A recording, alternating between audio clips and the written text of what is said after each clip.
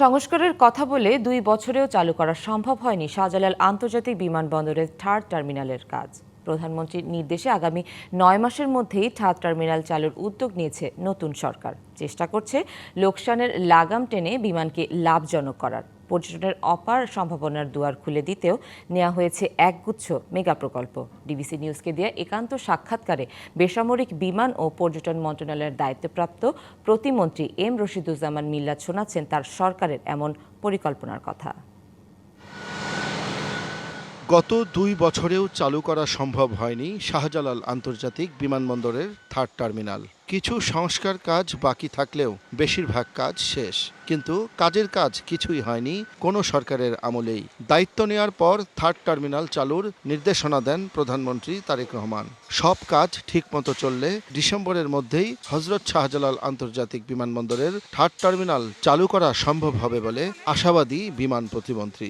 ৩১শে মার্চের মধ্যে তারা রিভাইজ একটা প্রপোজাল দিবে।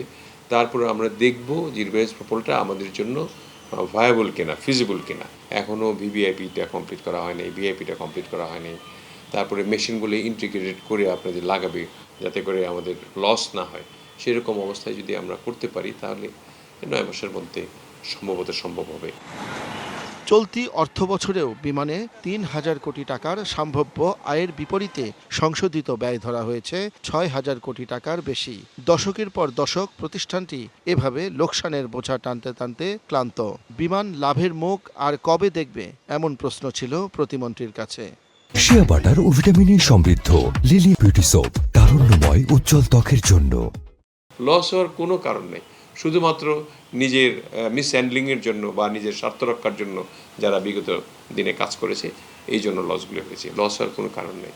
আমরা তদারকি রাখবো, লস হবে না দেখবেন আগামী বছরে আপনি দেখতে পারবেন লাভের একটা হিসাব দিতে পারবো আপনাকে। টিকিটিংয়ের যাতে করে আর জালিয়াতি না হয়, আমরা এটার একটা প্রক্রিয়া তৈরি করছি।